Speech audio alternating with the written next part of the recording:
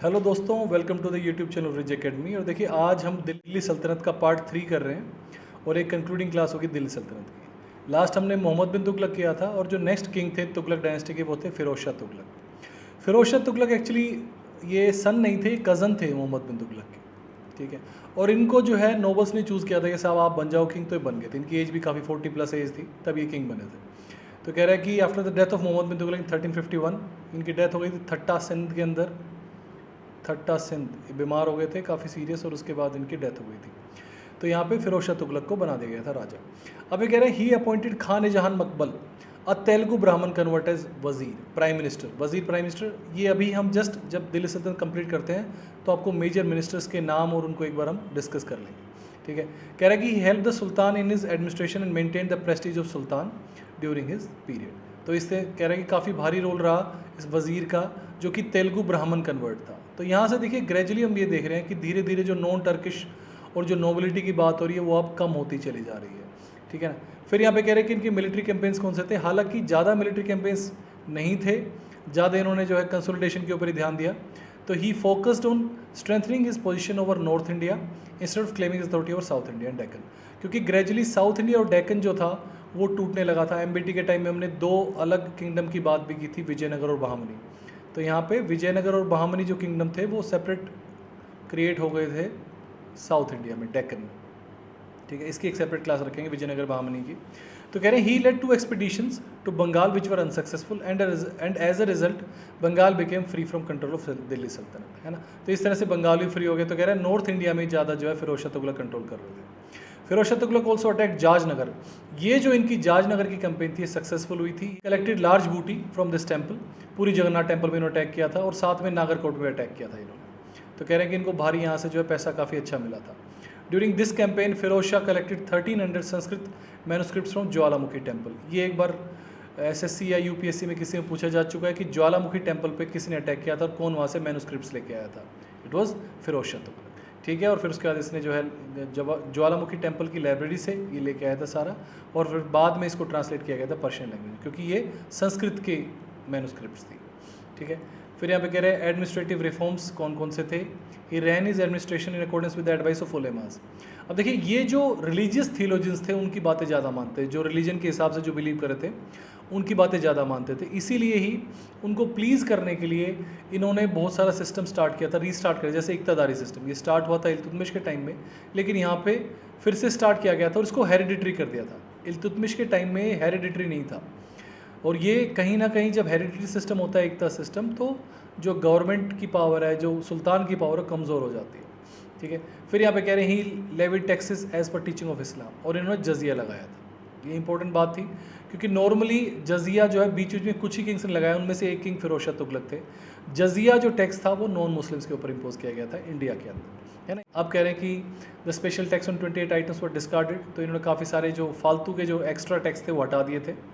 और he showed intolerance towards Shia Muslims and Sufis. He regarded Hindus as second grade citizens and in respect he was precursor of Sikandar Lodi and Aurangzeb. देखिए, यहाँ पे simply ये कहना चाह रहे हैं कि भैया इसने कहीं ना कहीं हिंदूज़ को जो है सेकंड ग्रेट सिटीजन माना है, और ये सिकंदर लोदी और औरंगजेब ने भी लगभग ऐसा ही किया था, तो इनका प्रीकर्सर कह सकते हैं इसको। बिकॉज क्यों ऐसा किया? Because he was under the influence of ulemas. तो उलेमास जैसा कहते थे वैसा फॉलो कर रहे थे। और फिरोज शाह तुगलक को हम दो हेडिंग्स के अंदर डिस्कस कर सकते हैं, एक वेलफेयर किंग के अंदर और दूसरा बिल्डर किंग के अंदर। तो देखिए, पहले यहाँ पे कह रहे हैं कि was the first sultan to impose irrigation tax. अब यहाँ पे बात बेशक नेगेटिव लगती हो, लेकिन अच्छी बात ये थी कि उन्होंने बहुत सारी कैनाल्स बनवाई थी, तो इसीलिए irrigation tax was okay. But at the same time he also build large number of irrigation canals and wells, so this was a good thing. Longest canal was about 200 kilometre in length from Sutlej river से हाँसी हिसार तक, यहाँ पे कह रहे हैं। और दूसरी canal Yamuna और हिसार से। तो इस तरह से कह रहे हैं, क्योंकि एक्चुअली हिसार फिरोज़ा इन्होंने डेवलप किया था फिरोज शाह तुगलक के हिसाब से, ठीक है ना। इनका खुद का जो इन्होंने डेवलप किया था खुद सिटी, वो था हिसार फिरोज़ा। उसके बाद फिर नेक्स्ट आ रहा है कि ये जो कह रहे हैं कि बिल्डर किंग थे, और साथ में वेलफेयर की बात यहाँ पे करें तो कह रहे हैं कि 1200 फ्रूट गार्डन्स इन्होंने लगवाए थे दिल्ली के आजू बाजू। ये इस तरह से कह रहे हैं बिल्डर के हिसाब से हो गए। फिर कह रहे हैं कि इन्होंने साथ में रॉयल फैक्ट्रीज एस्टेब्लिश की, कारखानास, और एक नया डिपार्टमेंट स्टार्ट किया था, दीवाने बंदगान। ये इंपॉर्टेंट है, किस किंग ने कौन सा डिपार्टमेंट स्टार्ट किया, इसके ऊपर क्वेश्चन आ जाते हैं। तो दीवाने बंदगान, बंदगान मतलब होता है स्लेव। तो एक्चुअली ये जो था ये स्लेव का डिपार्टमेंट था, क्या करते थे फिरोज शाह तुगलक कि स्लेव्स को जो है नंबर बढ़ा रखा था और स्लेव्स को ट्रेनिंग वगैरह देते थे, ताकि वो जो वोकेशनल ट्रेनिंग दे देते थे कि भैया थोड़ी कारपेंटरी सिखा दी, कुछ मतलब वेल्डिंग वगैरह सिखा दी, तो वो जाके आगे अपना कमाई कर सके। तो इस तरह से दीवाने बंदगान, तो this was a vocational training camp type, ठीक है। और ये देवर अराउंड 1,80,000 इन नंबर, ये बताना चाह रहे हैं यहाँ पे, इतने सारे स्लेव्स को जो इन्होंने ट्रेन किया था। फिर यहाँ पे कह रहे हैं कि नए टाउन्स बने थे इनके टाइम में, जैसे फिरोज शाह कोटला, रेड फोर्ट के पास ही है, फिरोज शाह कोटला क्रिकेट स्टेडियम भी है। फिर यहाँ पे कह रहे हैं कि फिरोज़ाबाद के अंदर है क्रिकेट स्टेडियम। फिर कह रहे हैं कुतुब मीनार, जामा मस्जिद, इन सबको रिपेयर किया था। देखिए कई बार जो बिल्डर किंग के हिसाब से फिरोज शाह तुगलक को रोमन किंग अगस्टस से कंपेयर किया गया, रोमन किंग अगस्टस, इससे कंपेयर किया है एज अ बिल्डर, क्योंकि इन्होंने जो पुरानी बिल्डिंग्स थी उनको भी काफ़ी ज़्यादा रिपेयर वगैरह कराया और नई बिल्डिंग्स भी भारी बनाई थी। फिर ये कह रहे हैं कि इन्होंने अशोक के पिलर्स 2 जो मेरठ और तोपड़ से थे वो लेके आए थे दिल्ली में, ठीक है। फिर कह रहे हैं नए डिपार्टमेंट, एक्चुअली ये डिपार्टमेंट था दीवाने खैरात, ये भी इन्होंने नया स्टार्ट किया था, और ये इसलिए था कि भैया जो बेचारे ऑर्फन्स हैं या जिनकी शादी नहीं हो रही है उनको ये शादी वगैरह कराते थे। मैरिज ब्यूरोज़ खोल दिए थे ऑर्फन्स की केयर करने के लिए, उन्होंने दीवाने खैरात शुरू किया था। उसके बाद इन्होंने हॉस्पिटल्स भी खुलवाए, फ्री हॉस्पिटल्स, दारुल शिफा और मैरिज ब्यूरोज़, ये सब इन्होंने काम किया पुअर मुस्लिम्स के लिए, ठीक है। फिर यहाँ पे कह रहे हैं कि फिरोज़ पैटर्नाइज स्कॉलर्स लाइक बर्नी, बर्नी को इन्होंने स्कॉलर को पैटर्नाइज किया। बर्नी ने तारीख़ फिरोशाही लिखी है। बर्नी जो है मोहम्मद बिन तुगलक के टाइम में भी था। फिर फतवाए जहांदारी, ख्वाजा अब्दुल मलिक, देखिए यहाँ पे इन्होंने कह रहे हैं कि किताब लिखी है फुतू उस सलातिन, और ख़ुद इनकी ऑटोबायोग्राफी है फतूत फिरोशाही, है ना, ऑटोबायोग्राफी खुद फिरोज शाह तुगलक ने लिखी है बुक। और इसके अंदर देखिए बात कर रहा है फतूत फिरोशाही मतलब विक्ट्रीज़, फतूत मतलब होता है विक्ट्रीज़। और ख़ास बात ये रही, आयरनी ये थी कि सिर्फ इनको 1-2 जगह जो उड़ीसा वाले एरिया में विक्ट्री मिली थी, बाकी ज़्यादातर जगह ये हार गए थे। बंगाल भी इनके कंट्रोल से चला गया था, डेक्कन भी वापस कंट्रोल नहीं कर पाए थे। लेकिन बुक का नाम है फतूत फिरोज शाह, विक्ट्रीज ऑफ फिरोज शाह, ठीक है। फिर कह रहे हैं कि ही डाइड इन 1388, और इसके बाद जो है ज़्यादा तगड़े सक्सेसर्स नहीं रहे, कमज़ोर सक्सेसर थे काफ़ी ज़्यादा। सिर्फ जो एक सक्सेसर जिसका नाम फेमस है, और वो भी इसलिए क्योंकि उसके रेन में कुछ खास बात हुई थी, वो ये हुआ था कि तिमूर का इन्वेजन हुआ था। ये थे नसरुद्दीन महमूद तुगलक। तो नसरुद्दीन महमूद तुगलक के टाइम में 2 चीज़ें हुई थी, एक इन्वेजन ऑफ तिमूर 1398, और तिमूर आके यहाँ पे भारी अटैक किया, और जो है दूसरा जो इस टाइम हुआ था नसरुद्दीन महमूद के टाइम में, वो हुआ था Sharki kingdom. Sharki kingdom found किया था मलिक सरवार ने, ठीक है, शर्की किंगडम फाउंड हुआ था। और एक हुआ था इन्वेजन ऑफ तिमूर, और तिमूर ने जो है ही सैक दिल्ली फॉर 3 डेज़ के लिए थाउजेंड्स ऑफ पीपल, भारी सिविल मैसेकर किया था और भारी पैसा इकट्ठा करके लेके गया था ऐसे तिमूर, है ना। कई बार इनको जो तिमूर लंग भी बोलते हैं, वही तिमूर है, मंगोल लीडर है। तो ये बात आपकी आ रही है तुगलक डायनेस्टी की। अब जो नेक्स्ट डायनेस्टीज़ हैं वो ज़्यादा फेमस नहीं है, क्योंकि इनके जो किंग्स थे इनका भारी रोल नहीं था, बट एटलीस्ट आपको सीक्वेंस याद होना चाहिए। तो यहाँ पे आ रहा है सैयद डायनेस्टी, फिर लोधी डायनेस्टी। तो सैयद डायनेस्टी के जो फाउंडर थे वो थे Khizr Khan, he was appointed as governor of Multan. और फिर उसके बाद जो है तिमूर चला गया था अटैक करके, फिर खिजर खान ही हेड बन के बैठ गया दिल्ली को कैप्चर करके, और इसकी जो डायनेस्टी स्टार्ट हुई थी सैयद डायनेस्टी, ठीक है। उसके बाद he is considered important ruler of Syed dynasty, because इन्होंने भी कंसोलिडेट करना चाहा कि वापस से दिल्ली सल्तनत को जो है कंसोलिडेट करके एक बेटर एम्पायर बनाया जाए, लार्ज एम्पायर बनाया जाए। फिर जो इसके सक्सेसर्स थे ज़्यादा इंपॉर्टेंट नहीं है, Mubarak Shah, Mohammad Shah, not very important.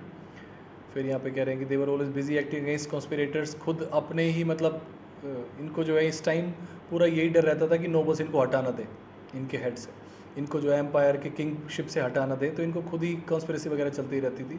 तो ऐसा जो है राजा ये ज़्यादा स्ट्रॉन्ग नहीं बन पाए। सेम आलम शाह का भी यही रहा। और फिर फाइनली जो है जो आलम शाह का वज़ीर था हमीद खान, उसने इन्वाइट किया था बहलोल लोधी को, बहलोल लोधी को इनवाइट किया, और फिर बहलोल लोधी ने दिल्ली सल्तनत कैप्चर किया, और फिर उसके बाद बहलोल लोधी का टाइम स्टार्ट हुआ। तो founder of Lodhi dynasty was Bahlol Lodhi.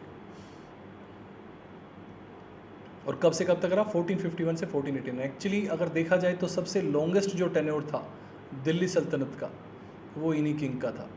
Longest tenure of Bahlol Lodhi, जो टाइम पीरियड आपको दिख रहा है इसमें, लगभग 40 ईयर्स के आसपास इन्होंने जो है रूल किया था, ठीक है। फिर कह रहे हैं he defeated sultan of Jaunpur annexed it to Delhi सल्तनत, जौनपुर को इन्होंने मिला लिया था, ठीक है। और he next Sharqi kingdom as well, Sharqi जो हमने अभी बात की थी कि जो नसरुद्दीन तुगलक के टाइम बना था शर्की किंगडम, वो भी इन्होंने अपने उसके अंदर मिला लिया था। और इन्होंने बहलोली एक करेंसी स्टार्ट की थी, बहलोली, और कॉपर कॉइन्स थे इनके, ठीक है। फिर जो नेक्स्ट जो किंग थे वो थे सिकंदर लोधी। देखिए सिकंदर लोधी का जो टाइम था ये काफ़ी अच्छा टाइम था और इस टाइम ऐसा लग रहा था कि दिल्ली सल्तनत हो सकता है वापस रिवाइव हो जाए, बट ऐसा हो नहीं पाया। लेकिन इन्होंने जो है काफ़ी अच्छे जो है इन्होंने रिफॉर्म्स लेके आए थे। जैसे कह रहे हैं कि he was a good administrator, he built roads, many irrigation facilities were provided, he introduced this gaz Sikandari. ये बाद तक भी इवन अकबर के टाइम में भी इसको यूज़ किया गया गज़ सिकंदरी को। It was a measurement of yard stick, गज़ जो सिकंदरी गज़ बोलते हैं, जो गज़ आजकल काफ़ी ज़्यादा फेमस है, गज़ से नापा जाता है ज़मीन, तो ये इन्होंने स्टार्ट किया था। ठीक है, और ही ब्रोट द होल बिहार और काफ़ी सारे राजपूत किंग्स को भी हरा के इन्होंने जो है एरिया दिल्ली सल्तनत का बढ़ाया था। तो ये कह रहे हैं कि बहुत सारी चीज़ें थी, लेकिन इसके साथ भी यही दिक्कत थी कि was a boycott and he was intolerant towards non Muslims. और ये जब हिंदू का ज़्यादा मेजोरिटी लोग जो हिंदू हैं वहाँ पे अगर if you are intolerant towards non Muslims तो दैट विल बी डिफिकल्ट।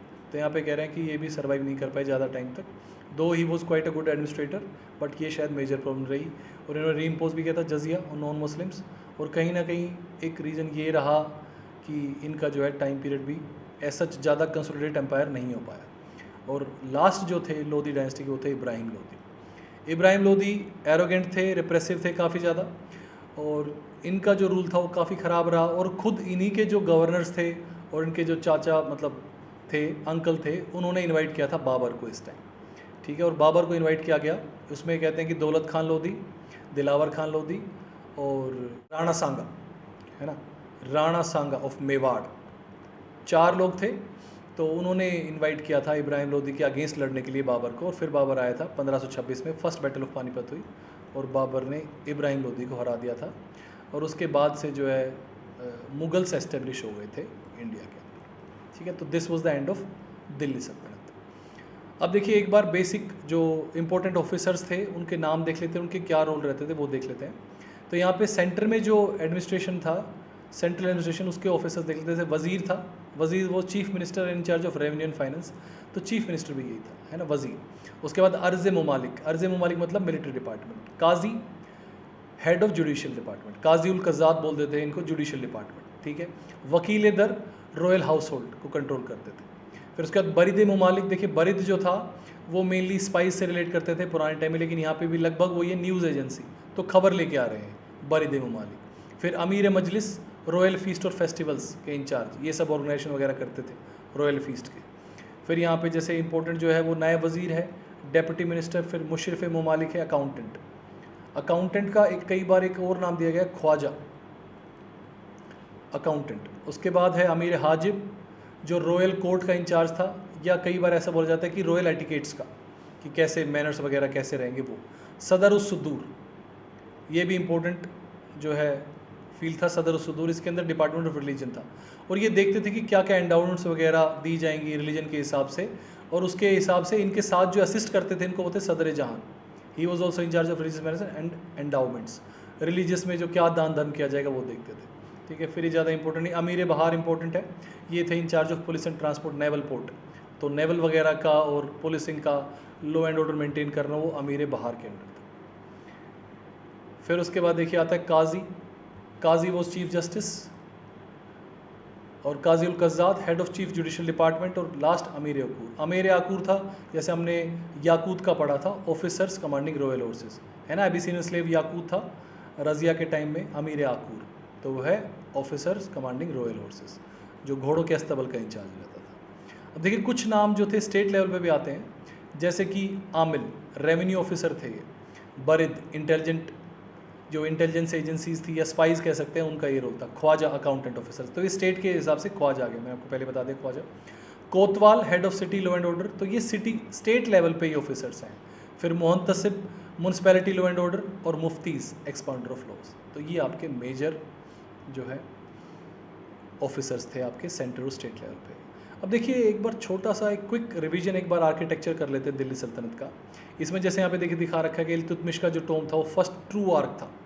ये देखिए स्पेशल चीज़ है, ट्रू आर्क बन रही है ये, this is true arc. Actually पहले क्या होता था, जैसे मान लो बिल्डिंग बनाते थे तो इसको ये शेप देने के लिए ईंट को ही कैसे कट करके लगा देते थे, ऐसे ऐसे ईंटों को कट करके लगा दिया जाता था कि पूरी पूरी ईंट यूज़ हो रही है, लेकिन फिर उनको ऐसे ऐसे काट दिया और फिर आर्क बन गई। लेकिन बाद में प्रॉपर जो एक ईंट की लाइन यूज़ करते थे, एक बीच में मेन ईंट का पत्थर मेजर, ये जो बीच में ये एक मेजर पत्थर हो, फिर साइड में ऐसे ऐसे ईंट लगी हुई है, तो अब जो है ये जो सर्कल है ट्रू आर्क बोलते हैं इसको, क्योंकि पहले कट करके बनाया गया था, ईंटों को, लेकिन अभी जो है ट्रू आर्क आ गई है। और अब सबके अंदर ऐसे आपको दिखेगा कि एक एक ईंट जो है गोल, एक एक ईंट जो है वो गोलाई में ही लगाई गई है, तो इस तरह से ट्रू आर्क बन गई है।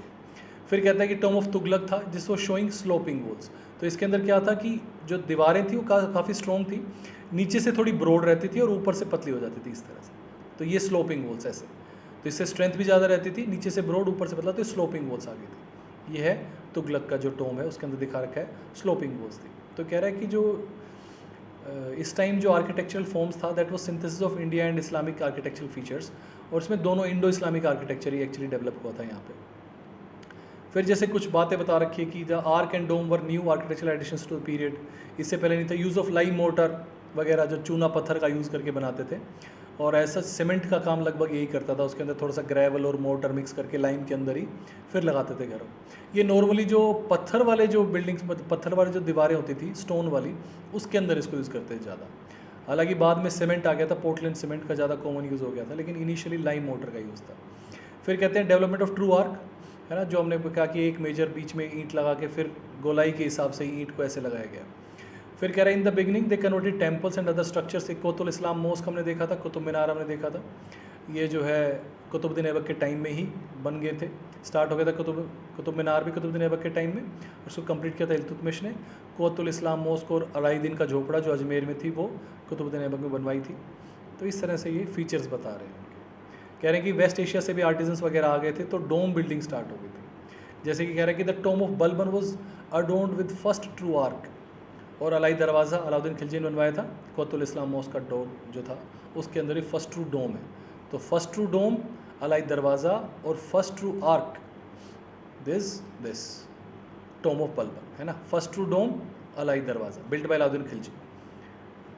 तो कुतुब इस्लाम मोस्क के अंदर ही फर्स्ट ट्रू डोम लगाया गया। फिर नेक्स्ट बात आ रही है तुगलक्स के हिसाब से, कह रहा है बेटर और स्लोपिंग वॉल्स, जो भी मैंने बताया कि नीचे से ब्रॉड वॉल्स हैं और बाद में जो है ऊपर काफ़ी थिन हो जाती थी। तो इसके अंदर स्टोन रबल का यूज़ होता था, और new type of arc start हुई, 4 सेंटर्ड आर्क। फिर कह रहे हैं एमरजेंस ऑफ पॉइंटेड डोम, ऊपर जो है पॉइंट करने लगे डोम को, जैसे यूँ पॉइंटेड डोम, ऐसे इस तरह से डोम बना रहे थे ये डिज़ाइन। फिर कह रहे हैं गयासुद्दीन तुगलक ने ऐड किया था तुगलकाबादी सिटीज़ फाउंड की थे इन्होंने। मोहम्मद बिन तुगलक ने जहाँपना सिटी फाइंड की थी। फिरोज शाह तुगलक ने फिरोज़ाबाद।